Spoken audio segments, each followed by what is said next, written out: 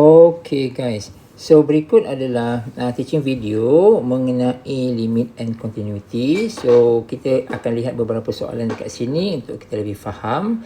So kita start dengan soalan 1 dan 2. Kalau kita perhatikan soalan ini, kita diminta evaluate dan juga evaluate for the given function. Kadang-kadang kita tak tahu. Dan dekat sini ada limit yang berbeza, iaitu pertama sekali adalah limit when x approaches to 0, dan dekat sini the limit when x approaches to 6. Jadi katalah jawapan bagi kedua-dua ini. Yang pertama sekali kita dapat negatif 1/4 dan satu lagi dapat kosong. So jadi dalam hal ini tidak ada isu apa-apa. Maksudnya kita tidak perlu check left and right limit. Okey, tak perlu check left and right limit. Di mana kalau kita check pun kita akan dapat nilai yang sama, iaitu akan dapat negatif 1/4 dan juga kosong. Akan tetapi pertimbangkan ini function yang diberikan. Kalau function ini melibatkan modulus, lihat dekat sini. Jika function ini melibatkan modulus, ada dua kemungkinan. Yang pertama, mungkin kita perlu buat left and right limit. Nombor 2, kita tak perlu buat left and right limit. It depends pada modulus itu. It depends pada function itulah. So, jadi ada saya nyatakan dekat sini, kita rujuk kepada exercise bagi chapter 1 new, di mana soalan 6 dan 18 ini adalah yang kita perlu buat left and right limit, perlu ditunjukkan. Sementara soalan 4 dan 5 kita tak perlu buat left and right limit tersebut. Boleh? So rujuk soalan-soalan ini untuk lebih faham. Boleh nah? Okey, itu adalah soalan 1 dan soalan 2. Soalan nombor 3 apa pula? Soalan nombor 3 ini tak ada masalah apa-apa sebenarnya ya. Cuma dia nak lihat limit when x approaches to 6 from the right. Dan apabila kita cuba selesaikan soalan ini, kita dapati hasil dia adalah kosong. Okey, tak ada isu apa-apa. Yang ini okey So ini nombor 3. Yang nombor 4 pula, kita perhatikan. Kita nak start lihat dekat sini. Soalan ini soalan dia ya. Limit when x approaches to 0 for the given function. Function tu adalah 1/x kuasa 2. Kita diminta evaluate sahaja. So, jadi seperti biasa, apabila kita nak solve the limit problem, kita akan masukkan kosong ini ke dalam sini, betul? Dan kita akan dapat 1/0. Bila dapat 1/0, jangan cepat tulis hasil dia adalah infinity. Sebab itu adalah salah. Jawapan yang sebenar adalah does not exist. Clear? So, saya nak buat dekat sini, ada remark dekat sini. Untuk soalan ini, sebenarnya jawapan dia adalah does not exist. Dan dia bukannya infinity. Boleh? So, kalau kita nak selidik lebih lanjut lagi, kita boleh check lah left and right limit dia apa cerita. So, jadi dia akan memberikan kita kepada soalan nombor 5 dan nombor 6. 5 dan 6 ini, kita nak lihat left and right limit dia. Boleh? So, tengok kat sini. Untuk yang pertama, untuk soalan nombor 5 ini, kita nak melihat when x approaches to 0 from the right. Yang nombor 6 pula, when limit when x approaches to 0 from the left. Seperti biasa, apabila kita try to solve the limit, kita kena substitutekan nilai tersebut. Bila kita masukkan dekat sini dan juga dekat sini, kita dapat kedua-duanya adalah 1/0 dan juga 1/0. Betul? So, bila kita dapat 1/0, kita tahu jawapannya adalah infinity. Tetapi, which infinity? Positif infinity ke ataupun negatif infinity? Dia ada banyak kemungkinan ya. Mungkin kedua-duanya adalah positif infinity. Mungkin juga kedua-duanya adalah negatif infinity. Ataupun satu positif infinity, satu lagi adalah negatif infinity. So, jadi macam mana kita nak tahu tandaan positif and negatif infinity tu?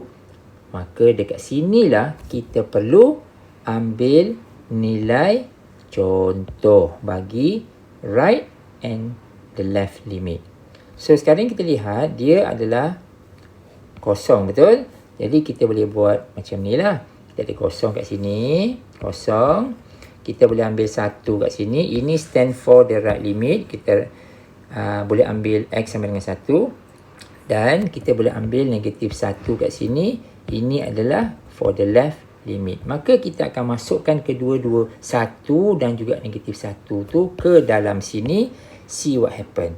So, jadi apabila kita masukkan kedua-dua nilai tersebut, kita akan dapati kedua-duanya memberikan hasil positif infinity. Ya. Sebab apa boleh jadi macam ni? Sebab kita perhatikan dekat denominator ini kan X kuasa 2 kan. X kuasa 2 ni kalau kita masuk positif ke negatif ke, dia tetap akan memberikan positif, nilai positif kan. So sebab itulah tandaan yang kita peroleh bagi right and left kedua-duanya adalah positif infinity. Nampak? Okey, jadi ini sebagai tambahan kalaulah kita nak buat lakaran graf. Ya, kita boleh juga buat lakaran graf. Pasal graf ni kita tahu. So kalau kita perhatikan, graf ini adalah graf 1 per X kuasa 2 kan. Di mana inilah graf dia. Kita tahu graf tu adalah satu belah sini, satu belah sini. So jadi cuba kita lihat behavior dia.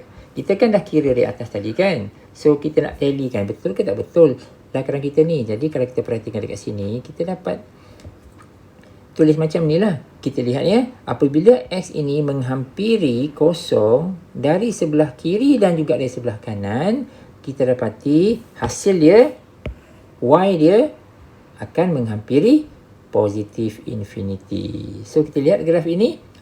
Betul ke tidak?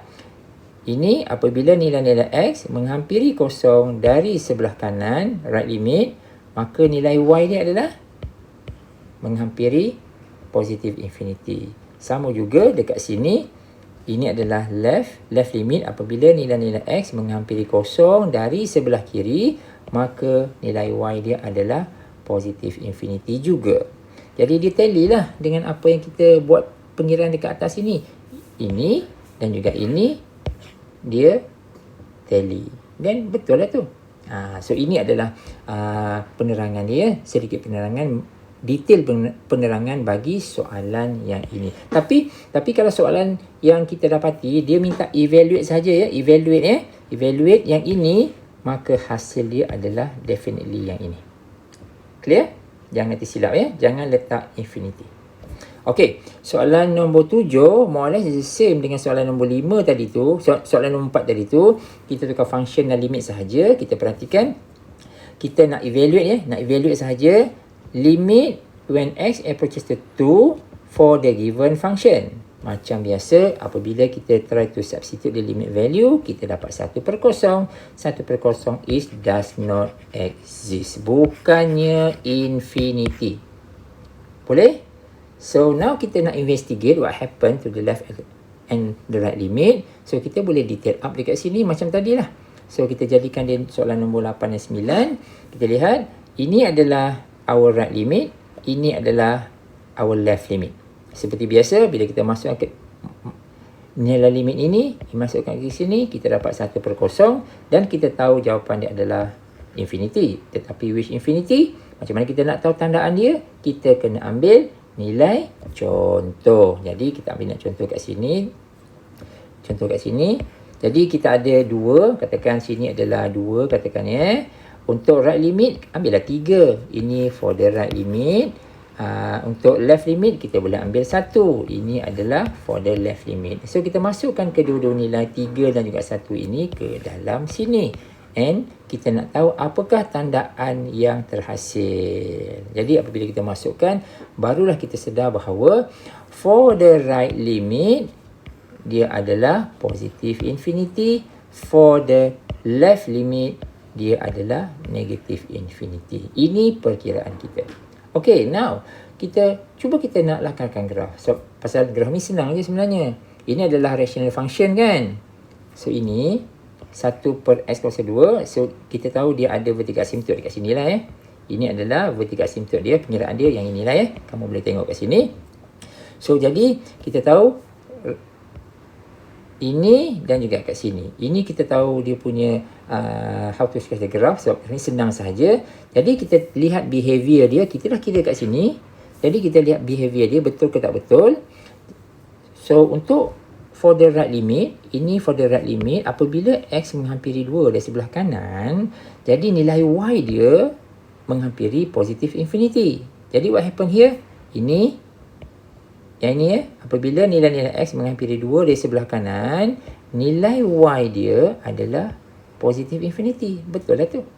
Dan sebaliknya, apabila nilai-nilai X menghampiri 2 dari sebelah kiri, nilai Y dia negative infinity.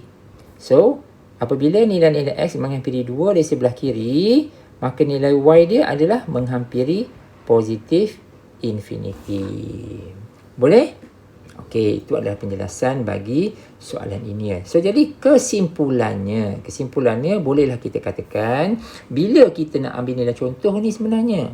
So, kita boleh ambil nilai contoh jika kita nak menguji left and right limit bagi limit yang melibatkan does not exist.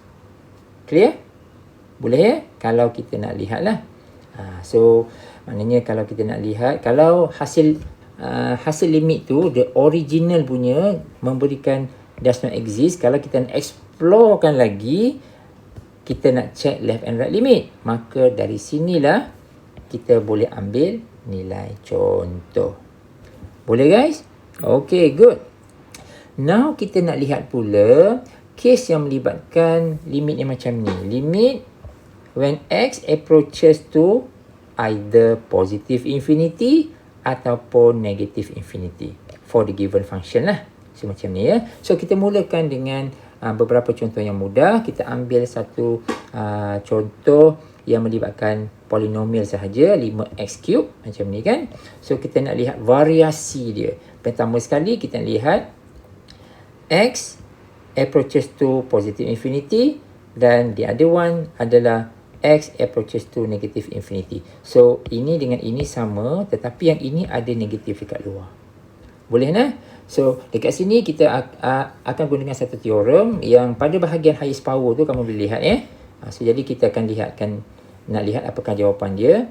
Jadi untuk yang pertama ini kita lihat kalau dekat sini adalah positive infinity, ini kuasanya kuasa 3. Tak kisah kuasa 3 ni 3 tu nombor ganjil kan? Dia nombor ganjil ke, nombor genap ke? Kalau ini adalah positive infinity, confirm jawapan akhir adalah positive infinity. Clear? Boleh? Sebaliknya, kalau dekat sini adalah negative infinity, dekat sini adalah kuasa ganjil. Kalau dia kuasa ganjil, confirm dia adalah negative infinity. Clear? Tetapi kalau kuasa ini adalah kuasa genap dan ini adalah negative infinity, maka dia adalah positive infinity. Clear? Ada teorem kat situ. Baik. Yang seterusnya, kita lihat dekat sini. Ini adalah negative infinity dan ini kuasa ganjil. Ini.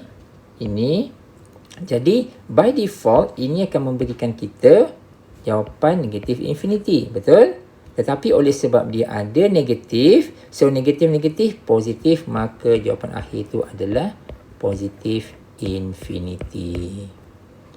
Nampak So, itu adalah beberapa variasi kita nak gunakan teorem tersebut. Itu nombor 10. Nombor 11, kita beri rational function. Kita nak evaluate apakah jawapannya when x approaches to negative infinity for the given function. Jadi dekat sini kita boleh menggunakan highest power di mana kita boleh ambil the highest power for numerator, the highest power for denominator. So, jadi berhati-hati dekat sini. Untuk yang numerator tu, yang atas tu, highest power tu adalah yang ini kan, kuasa 4. Dan yang bawah ini, kita kena ambil negatif 2x. Jangan tertinggalkan tandaan negatif itu. Jangan ambil 2x saja ya. Kena ambil negatif tu sekali.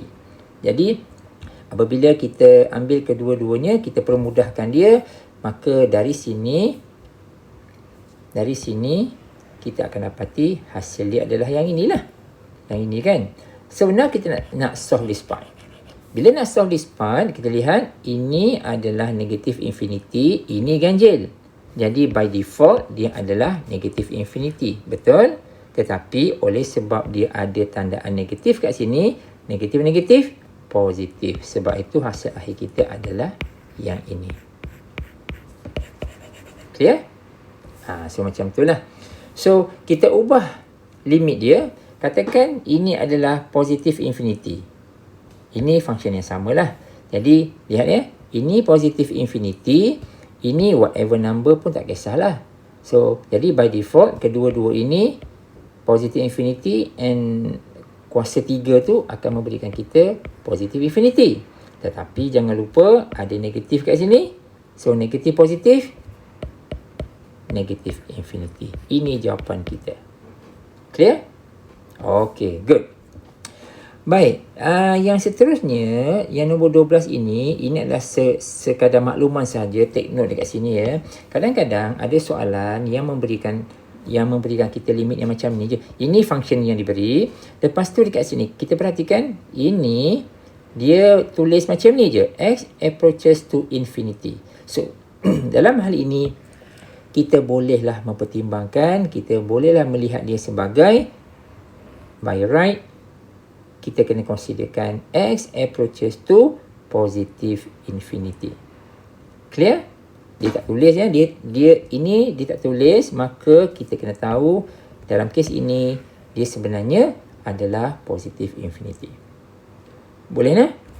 Okay, now kita pergi kepada bahagian seterusnya, di mana bahagian seterusnya ini adalah soalan itu telah diubah rentak dia, di mana bukan sekadar evaluate sahaja, tetapi dia ada extra information if exists. Ini benda yang penting. Okey, saya ulang semula. Kalau soalan tadi macam ini kan, soalan mana yang soalan graf tadi tu? Ya. Kalau ini kan macam ini okey lah, ini tak ada isu. Sebab kalau diminta evaluate sahaja, evaluate ini definitely kita dapat yang ini ya. Yang ini. So yang ini pun sama juga, nak evaluate sahaja, kita memang dapat does not exist. Ya. So cumanya kena hati-hatilah, kena hati-hati dalam beberapa kes tertentu perkataan if exist ini mainkan peranan. Dia mainkan peranan. So maknanya by default kalau ada if exist kat sini, maka kita perlu melihat dari konteks positive infinity ataupun negative infinity. Okay? So be careful dekat sini. Okay, kita ambil contoh dekat sini. So jadi kita boleh kata yang inilah. Kita boleh kata let's say soalan ni ini soalan dia. Lepas tu limit kita x approaches to infinity. Macam tadi yang saya sebut tadi, kalau kita dapat x approaches to positive, x approaches to infinity, kita boleh melihat dia sebagai x approaches to positive infinity. Ya, yang ini adalah yang ini. So apabila kita try to solve it, ini macam mana kita nak selesaikan ni? Ini kita akan, kamu boleh guna L'Hopital ya. Betul ke? Oh ya, kita boleh guna L'Hopital ya. Ataupun boleh guna apa-apa cara lah. Nak factorize ke apa ke, yang tu semua boleh. L'Hopital pun boleh juga. So jadi dalam kes ini, apabila kita nak selesaikan ini, kita melihat dia sebagai positive infinity. When we try to solve this, kita dapat kosong. Okay? So apabila kita nak mempertimbangkan kita lihat yang ini, tetapi jangan lupa kita juga perlu melihat yang ini juga. So jadi kena buat dua-dua. X approaches to positive infinity dan juga negative infinity. See what happen. Tetapi dalam kes ini kebiasaannya, kalau kita buat satu side macam ni dapat kosong, kita dah boleh agak dah. Another side ini confirm dapat kosong juga. Ya, biasanya macam tu lah. Macam tu. Jadi apabila kita dapat dua-dua ni kosong, baru kita dah justifikan ini adalah kosong. Ya, sebab dia sama. Ada tak kes yang tak sama kat sini? Ada. Ada kes tak sama. Contoh, yang ini, nombor 14. Lihat ya, nombor 14 ini, jawapan bagi ini evaluate dan juga if exist. Dia ada dua benda, evaluate, if exist. Jawapan dia adalah does not exist. Ya, ini sebabnya macam ni. Kalau kita originally kita nampaklah soalan ni macam ni, apa yang kita nak buat? Kita akan assume dia adalah positive infinity, betul? Kita buat ni dulu kan? So, apabila kita buat ni dulu, kita dapat jawapan ni 1. Dia lain dengan soalan yang sebelum ni. Soalan ni, jawapan belah sini adalah kosong. Kalau kosong, kita dah boleh agak dah untuk negative infinity pun kosong juga. Tapi, oleh sebab dekat sini bukan kosong, dia 1, maka kita kena check yang negative infinity apa cerita. Dan apabila kita cuba buat dia, kita dapat jawapan negatif 1. Jadi tak sama kan? Oleh sebab positive and negative infinity tak sama, maka dia memberikan implikasi does not exist. Clear? Okey, contoh lain, katakan function yang lain ya. Yang lain, kalaulah ini bukan 1, bukan negatif 1, katakanlah ini dapat 2, ini pun dapat 2 sebagai contoh. Kalau ini 2 dan 2, maka dekat sini pun akan jadi 2. Clear? So, macam mana kita nak buat ini? Ini boleh kita guna L'Hopital ke? Ini tak sesuai guna L'Hopital ya. Sebab kalau guna L'Hopital, kita akan repeat lagi. Dia akan repeat sampai tak habis-habis. So, ini lebih sesuai. Kita divide by yang ini. Okay? So, itu adalah penerangan bagi macam mana nak menyelesaikan limit-limit yang melibatkan infinity, negative infinity, number. Lepas tu jawapan dia boleh does not exist. Sekejap dia boleh positive infinity dan juga negative infinity. Okey, nombor 15 ini hanyalah notation sahaja. Kalaulah kita berjumpa dengan perkataan-perkataan, contohnya point of discontinuity. Contohnya macam ni, dia memberikan kita indikasi, iaitu buatlah setkan denominator equal to 0. Sebab apabila kita setkan dia, maka kita akan memperoleh nilai X ataupun nilai-nilai X. Okey? Yang ini, perkataan ini, kita kena setkan ini. Dan kita akan dapat nilai X. Boleh tak? Okey, habis kat situ, kita lihat pada part yang terakhir adalah sketching the graph. So, bila kita nak sketch the graph, basically kita ada 3 langkah utama yang perlu kita buat. Apakah dia langkah-langkah tersebut? Yang pertama sekali adalah horizontal asymptote, vertical asymptote, lepas tu intersection of the y-axis. 3 benda ni sahaja. Okey, kita detail up satu persatu. Untuk horizontal asymptote, kita kena pertimbangkan limit yang ini. Limit yang pertama, x approaches to positive infinity dan juga negative infinity. Itu sahaja. Clear? Itu untuk horizontal. And of course, kita kena dapatkan jawapan dia lah. Contohnya dapat kosong ke tak. Yang ni bergantung kepada soalan. Kena kira yang itu. Okey, settle yang itu ya. Yang kedua, untuk kita melihat vertical asymptote, pertama sekali kena setkan denominator equal to 0. Ya, sebab kita perlu dapatkan nilai X. Sama ada X tu satu nilai ataupun 2 nilai. Itu bergantung kepada soalan. Kita setkan dulu. Ini kena setkan ya. Setkan denominator equal to 0 dan please find the X value. Value or values. So dekat sini katalah kita dapat satu nilai X. Contohlah. Ya. Katakan nilai X tu adalah 1. Ya. Bila dapat 1, maka ini setup yang kita kena buat. Maka kalau ini contoh ya. Kalau dapat 1 kat sini, 1, ini 1, maka kita perlu check right limit, kita kena check left limit. Clear? So maknanya ada 2 benda yang kita kena buat untuk satu nilai X. So kalau ini satu nilai X, ada 2 benda nak buat. Kalaulah nilai X ni ada 2, contoh kita, X itu adalah 1 dan juga 4 contohnya. Maknanya untuk 1 ni ada 2 limit, untuk 4 ini ada 2 limit. So total ada 4 limit kena buat. Clear? So, ini adalah semua information yang kita perlu dapatkan. Dekat sini kena dapat jawapan, ini kena dapatkan jawapan, ini pun dapat jawapan, ini pun dapatkan jawapan. Boleh ya? Ini horizontal, ini vertical. Clear? So, dan last kali adalah pintasan pada paksi Y. Senang sahaja. Bila kita nak check intersection pada the y-axis, setup yang perlu kita buat adalah apabila x kosong. Apabila x kosong, kita kena dapatkan nilai y. Sebab sebenarnya kita perlu dapatkan koordinat dia. Boleh? Okay guys, so ini adalah penerangan bagi limit and continuity. Okay guys, itu saja untuk kali ini. Kita jumpa pada teaching video yang akan datang. Thanks for watching.